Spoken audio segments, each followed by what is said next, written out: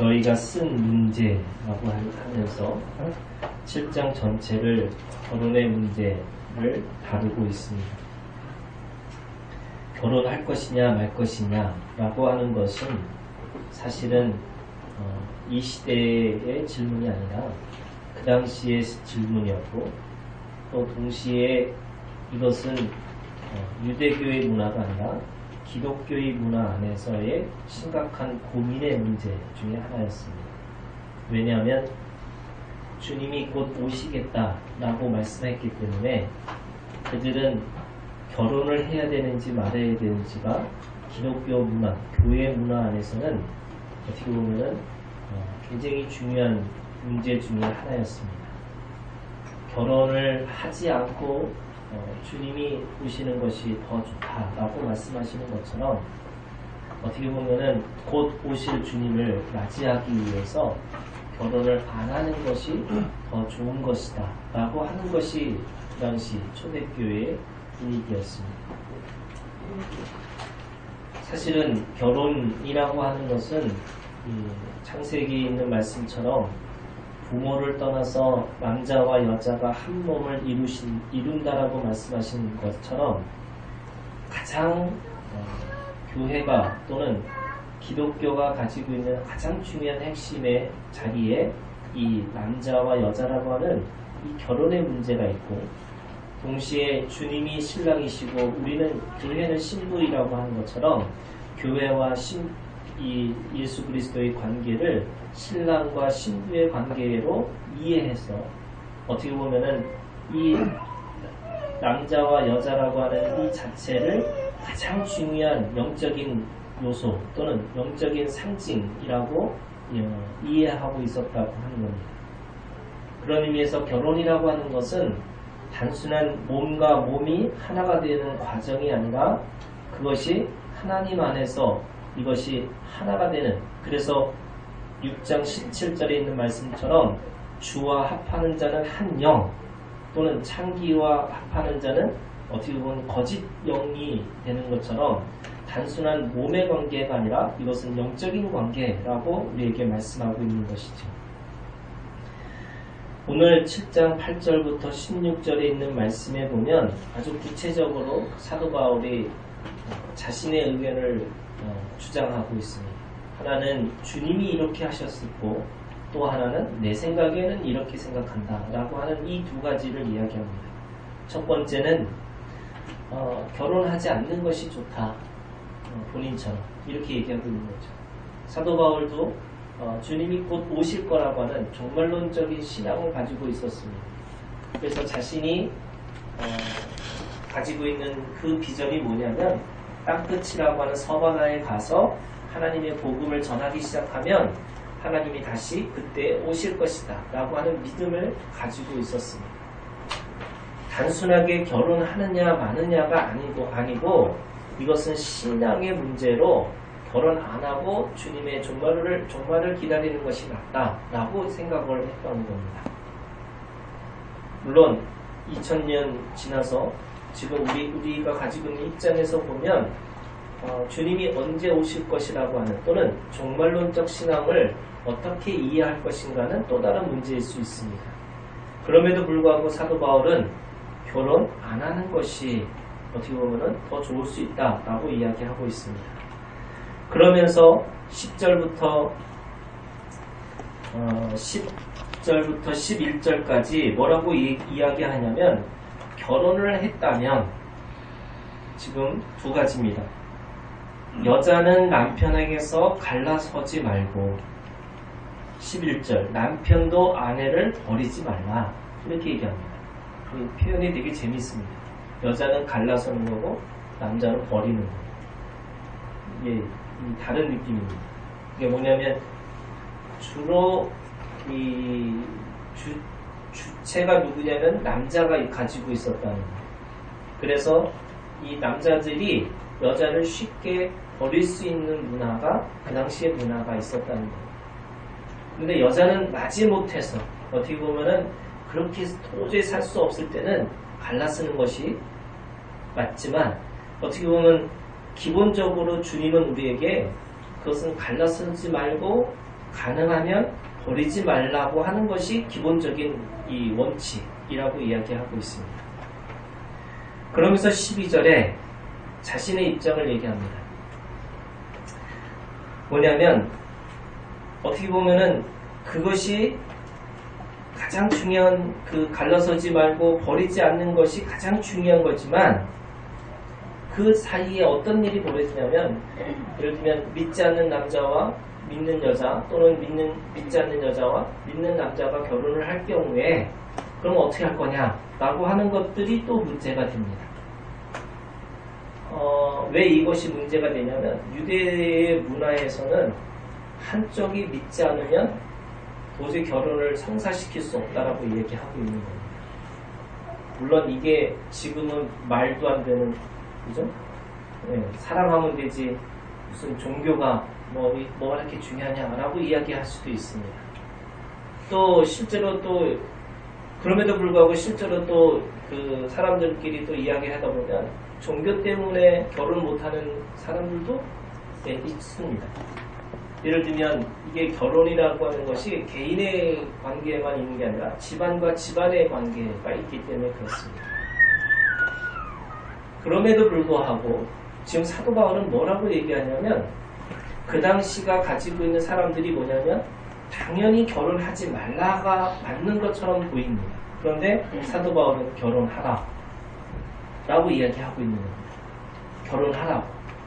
한쪽이 믿지 않는 사람이라고 할지라도 배우자가 믿지 않는 사람이라고 할지라도 결혼할 수 있다라고 이야기합니다. 근데 그 근거가 있습니다. 그것이 14절에 있습니다. 14절에 뭐라고 이야기하냐면 믿지 아니하는 남편이 아내로 말미암아 거룩하게 되고 믿지 아니하는 아내가 남편으로 말미암아 거룩하게 되나니 그렇지 아니하면 너희 자녀도 깨끗하지 못하니라. 그러나 이제 거룩하니라. 그러나 이제 거룩하니라. 지금 오늘 말씀의 제목이 그러나 이제 거룩하니라 라는 말씀입니다. 지금 이 논리가 뭐냐면 모든 구약이 가지고 있었던 생각을 뒤집어 놓는 겁니다. 이게 무슨 말이냐면 구약에 가지고 있는 개념은요 원래 거룩한 것과 거룩하지 않는 것이 부딪히면 거룩하지 않는 것이 더 강해서 거룩한 것이 깨진다라고 생각하는 겁니다.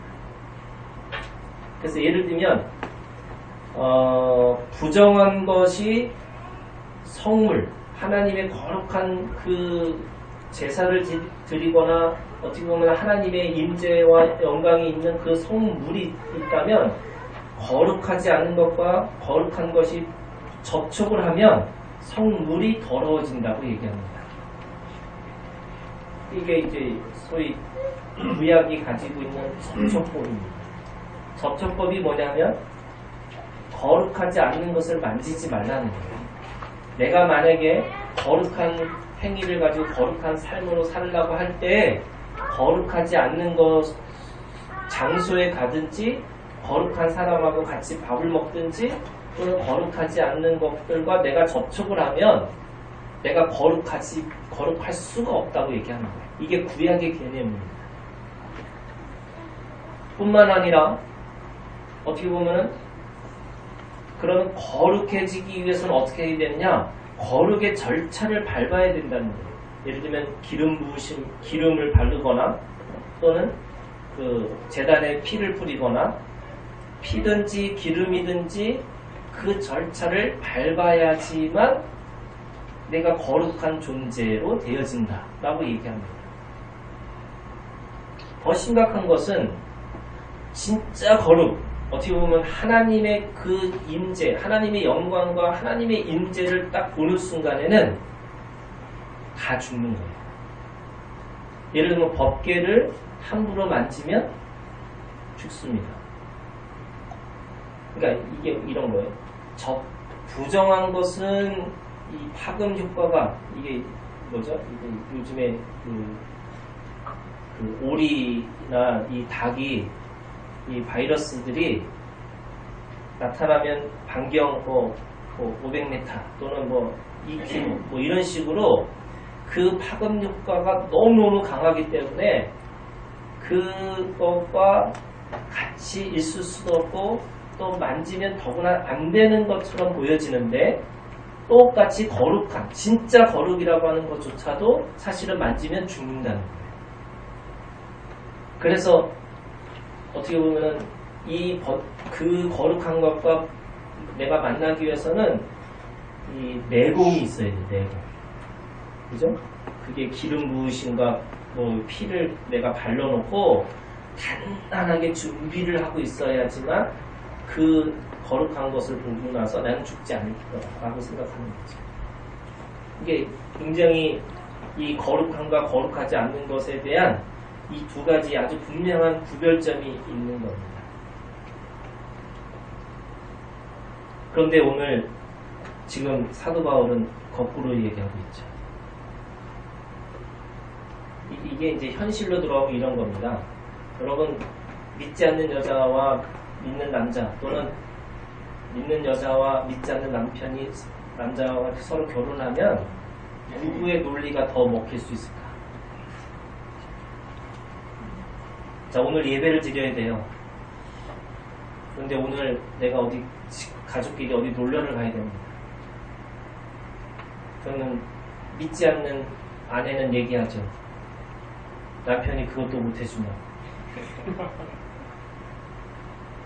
그럼 어디로 가야 돼요? 당연히 가정을 위해서 그렇게 할 수밖에 없다고 생각하는 거예요. 아니, 서로 믿는 사람들끼리 사는 것도 힘든데 이게 현실이에요. 그죠? 믿는 사람들도 현실이에요. 이게 예배를 오면서 수많은 이 시험거리를 뚫고 지나와서 여기까지 앉아 있는 거잖아요. 네? 아니, 그러니까 진짜로 오늘은 좀 거룩해가지고 좀 예배를 좀 잘 드려보자 이러는데 계속 찌르면, 그죠? 이 마음이 확 상해가지고 예배를 드려도 난 예배를 드릴 수 없어 하고 때려칠 수 있는 상황인데, 그런 개념 자체가 없는 아내가 또는 남편이 와가지고 뭐 오늘 주일은 쉽니다 라고 할지도 않을 거고, 그죠? 또 같이 일하는 사람이라면 뭐 예를 들어서 무슨 자영업을 한다고 그러면 주일날 장사가 제일 잘 되는 날 왜 그 몇 시간 가갖고 거기 가서 나를 고생시키냐 뭐 이럴 수도 있는 거고. 이 현실이잖아요, 현실. 그런데 오늘 사도 바울은 뭐라고 그러냐면 믿지 않은 남편이 아내로 말미암아 거룩하게 되어진다. 지금 구약은 거꾸로 얘기하는 거예요.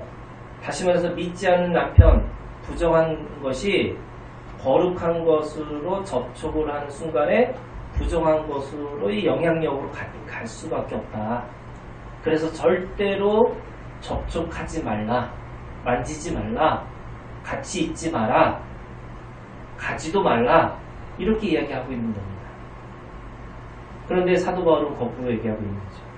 다시 말해서 거룩한 것과 거룩하지 않는 것이 만나면 거룩하지 않는 것이 거룩하게 되어진다. 아멘. 여러분, 이게 지금 놀라운 사도 바울의 발상의 전환이에요. 우리가 친구들 이제 내 아들이 싸워가지고 학교에서 불리면 100% 모든 부모가 하는 얘기가 뭐예요? 친구를 잘못 만나서.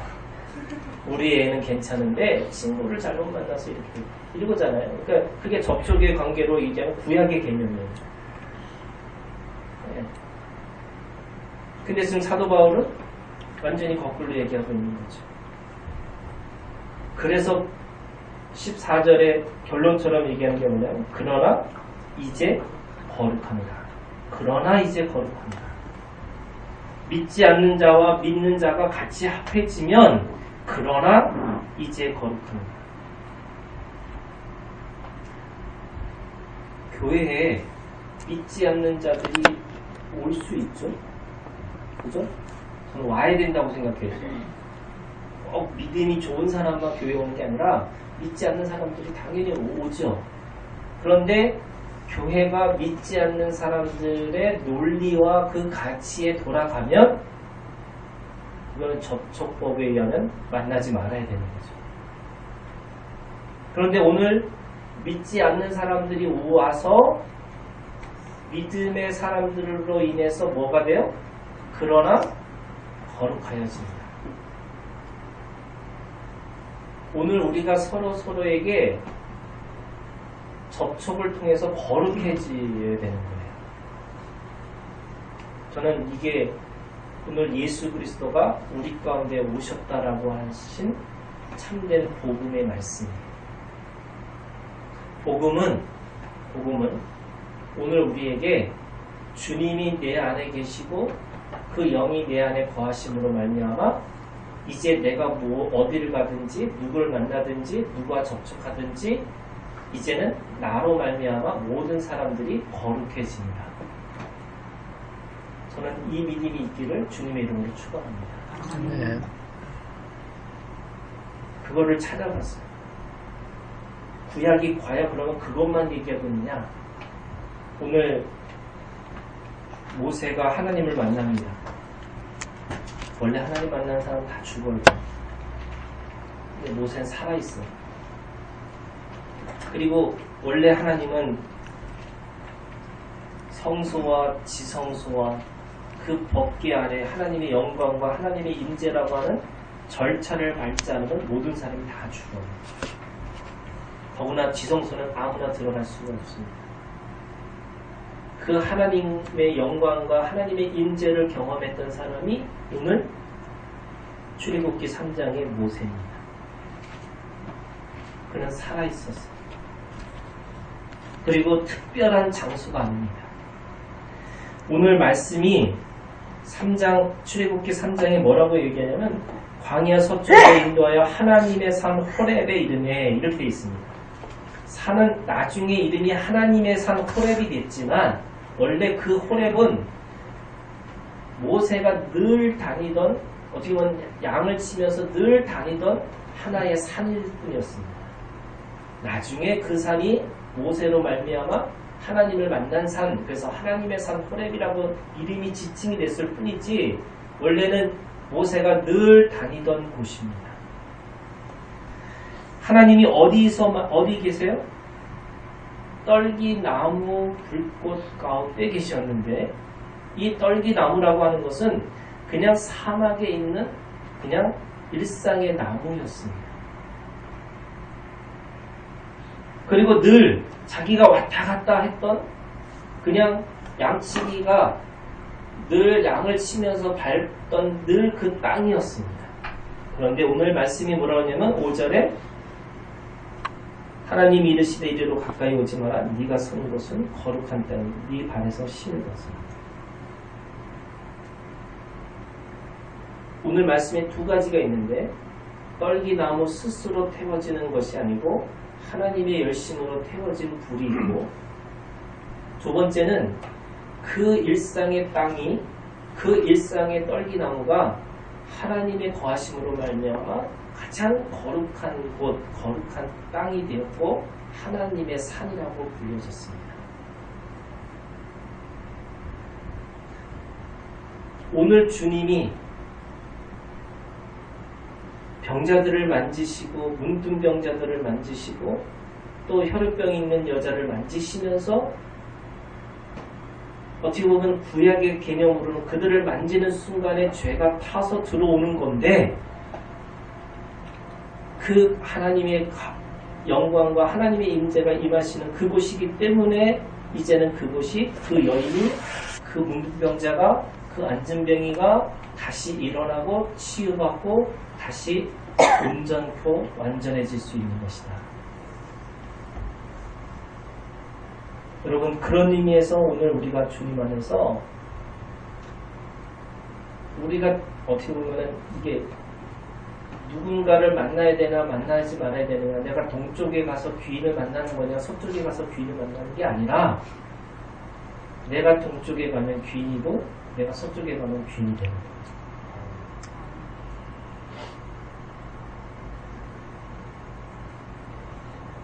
어디 가야지만 이 하늘이 열려서 기도가 나오는 게 아니고 내가 늘 일상의 삶 가운데서 하나님의 영광과 하나님의 임재 가운데 살면 그곳이 거룩한 곳이고 그곳이 하나님의 땅이 되어진다고 말씀하고 있는 겁니다. 내가 누구를 만나지 말가 아니라 반드시 누구든지 만나야 된다고 우리에게 말씀하고 있는 겁니다. 물론 저는 제 원칙이 있습니다. 결혼할 때 믿지 않는 사람들하고 결혼할 때 제가 말하고 있는 원칙 중에 하나가 뭐냐면 결혼하기 전에 그 시간에 가장 중요한 협박을 하라고. 무슨 협박을 하냐? 믿음을 가졌으면 좋겠다. 물론 결혼하고 나서 그게 깨질 수도 있고 그게 안 지켜질 수도 있지만 그래도 그 약속을 그때밖에 못한다고. 결혼하면 이게 끝이야. 그죠? 뭐 각서를 써도 뭐 저도 몇 번 각서를 썼지만 이게 각서를 쓴다고 꼭 지켜지는 건 아니에요. 그죠? 근데 각서라고 하는 거, 뭐 약속이라는 거, 뭐 이런 걸 떠나서 어떻게 보면은 내가 가지고 있는 내 안에 성령이 계시고 내가 하나님의 사람이라고 하는 것이 분명하게 있다면 누구든지 만날 수 있고 누구든지 대화할 수 있고 누구든지 내가 서로 하나님 안에서 접촉할 수 있다. 혹시 그런 얘기 들으시는지 몰라요. 귀신 들린 사람 함부로 기도하면 안 된다. 들어오셨나요? 네. 귀신이 타고 들어옵니다. 이렇게 전기를 대면, 이렇게 사람을 대면 이게 줄이 돼가지고 이렇게 들어옵니다. 이게 무슨 개념이에요? 율법의 개념. 율법의 개념. 근데 주님이 우리에게 주신 복음의 능력은 뭐예요? 절대로 하나님의 사람을 만질 수도 없고 그것에 대해서 건드릴 수 없어요. 그러면 내가 기도하는 것으로 말미암아 내가 그를 치유하고 고칠 수 있다고 믿으셔야 돼요. 이게 능력의 문제가 아니에요. 사람들은 능력의 문제라고 생각하는 거예요. 귀신 쫓는 거를 사람들은 능력의 문제라고 생각해요. 여러분 어제 11시에 그것이 알고 싶다를 보셨나요? 김기동 목사의 이야기 엑스파일에 대해서 나오는데 쓰러뜨리고 팍팍팍 치는 거 팍팍팍 다 쓰러져. 우리 아들 보면서 아빠도 할 수 있나 봐.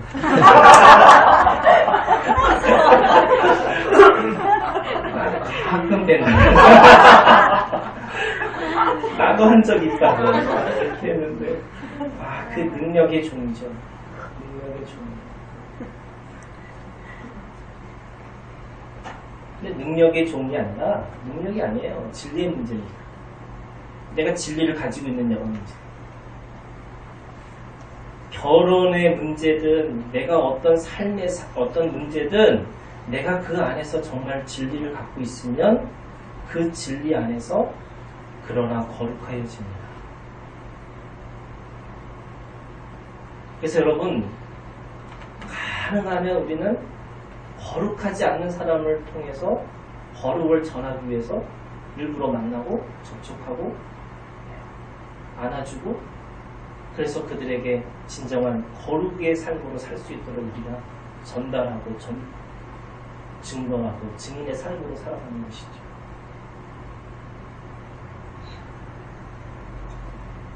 그런 의미에서 여러분 오늘 우리가 서로 만져주셔야 돼요. 제 만져주면 제가 피부병 있나 뭐가 있나 이런 거 생각하지 마시고 제가 예를 들면 무슨 사스라든지 뭐 병이 걸리면 모든 사람들은 접촉하지 않는 게 맞는 거죠. 근데 여러분, 의사는 일부러 그 사람 환자를 찾아가서 만지는 거예요. 하나님은 우리를 의사로 부르셨고 우리를 치유케 하는 사로 우리를 부르셨습니다.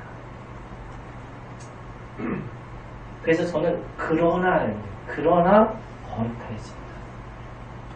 어떤 상황, 어떤 사건, 어떤 사람이 온다 할지라도 그러나 거룩해집니다.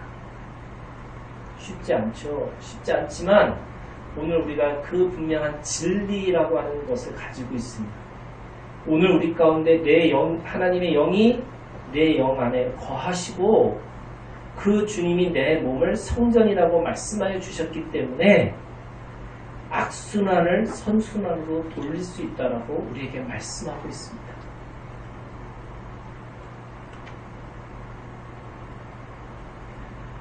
서로 좀 만져주세요. 여기 앞뒤로도 좀, 앞뒤로도 좀 서로 만져주셔서 두 분 싸우셨어요? 좀 만져주세요. 가족끼리 왜 만지?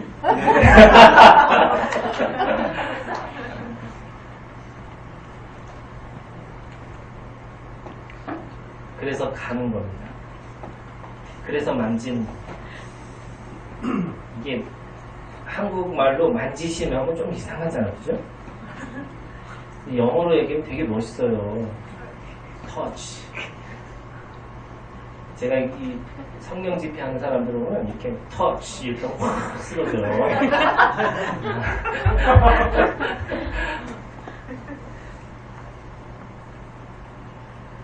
우리가 가지고 있는 마음이 가는 겁니다. 그래서 가서 어떻게 보면 우리가 가지고 있는 거룩함을 전하고 증거하고 증인의 삶으로 살아가는 것이고, 두 번째 여러분, 오늘 말씀해 보니까 이 고린도전서의 끝이 이 접촉고 만지고 어떻게 보면은 그 거룩해진다라고 하는 것이 뭘까라고 하는 것들이 16절에 15절에 이렇게 얘기합니다. 하나님은 화평 중에서 너희를 부르셨느니라. 거룩이라고 하는 것이 사람들한테 보여질 때는 그것이 뭐냐? 그것이 화평이라고 하는 피스메이커고 평화를 이루는 거고 내면으로는 평화를 이루고 있는 겁니다. 그게 사람들한테 보여집니다. 거룩이라는 것은 보여지지 않습니다. 존재예요, 존재. 그런데 그 거룩의 존재가 무엇으로 나타나느냐? 평안으로 나타나는 거죠. 그렇기 때문에 여러분, 우리가 전할 수 있는 가장 중요한 접촉이 뭐냐면, 내가 가서 할 수 있는 것이 뭐냐면 증거하고 증인이라고 한다는 건 뭐냐면 평화의 말을 하는 겁니다. 평화를 말하게 된다.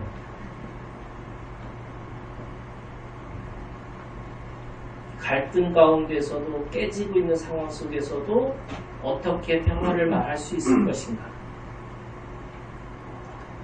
그 무슨 안슬 사파인가 그런 거기에 보면은 네? 안슬 신작 사람이 말을 할 때 말을 하기 시작한 거는 이 거짓말을 하기 시작하고부터 말을 하기 시작했다는 거예요. 재밌는 뭐냐면 사람이 원래 감정으로 서로 얘기하고 눈빛만 봐도 서로 얘기하다가 이 눈빛에 대해서 뭔가 속이고 싶으니까 그걸 사람들이 이제 말을 하기 시작해요. 말이라는 것이 그래서 어하고 아하고 다르다는 게 그런 거예요. 자기의 감정을 교묘하게 설명하고 있는 게 말이라는 거예요. 이게 이제 어떻게 보면 이 동물적 입장에서 언어를 얘기하고 있는 거죠.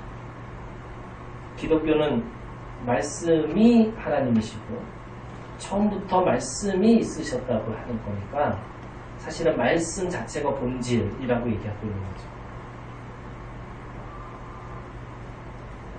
그 얘기를 듣는데 저한테는 무슨 마음이 생기냐면 이게 말이라는 것 자체가 진짜로 굉장히 교묘할 수 있겠구나 라는 생각이 듭니다.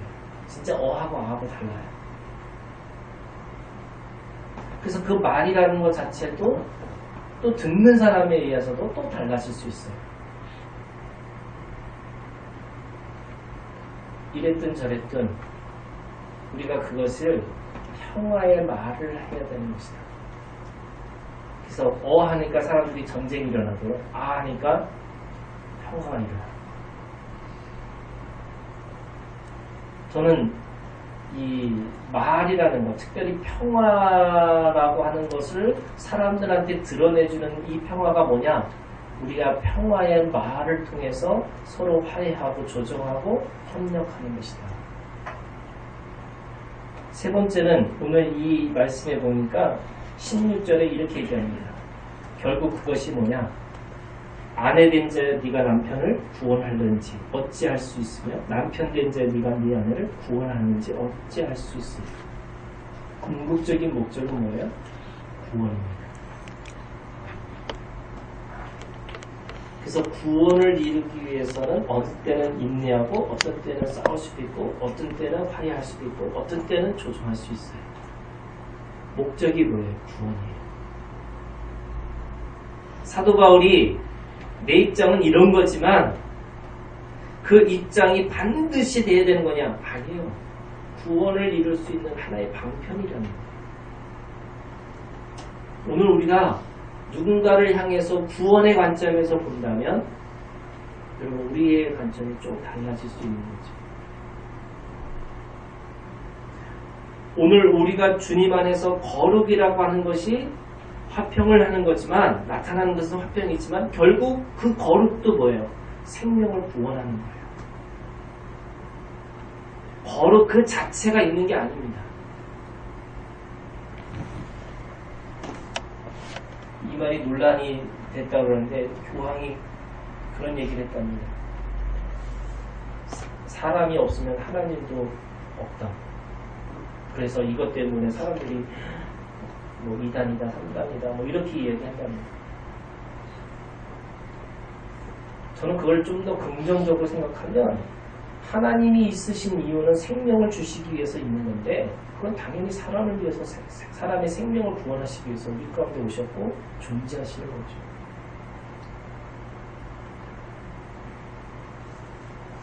오늘 우리가 주님 안에서 누군가를 바라보고 어떤 사건을 바라볼 때마다 그것이 구원에 관련된 것인지 그것이 구원의 문제인지 오늘 우리가 그것을 바라볼 때 그것이 우리의 삶이 자유로워질 수 있는 것이 아니라 또 원칙이 분명해질 수 있는 것이 아니라 오늘 주님 안에서 그러나 이제 거룩합니다.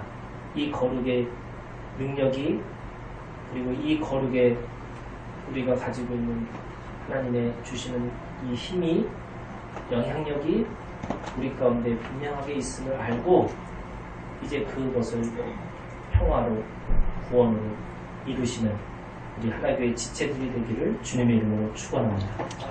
기도하겠습니다.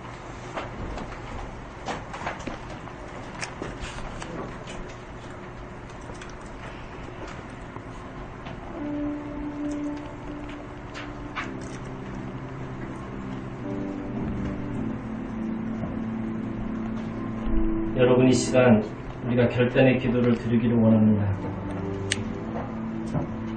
주님은 우리에게 가라고 말씀하고 있습니다. 하나님의 거룩이 필요한 곳으로 하나님의 사랑이 필요한 곳으로 가라고 얘기하고 있습니다.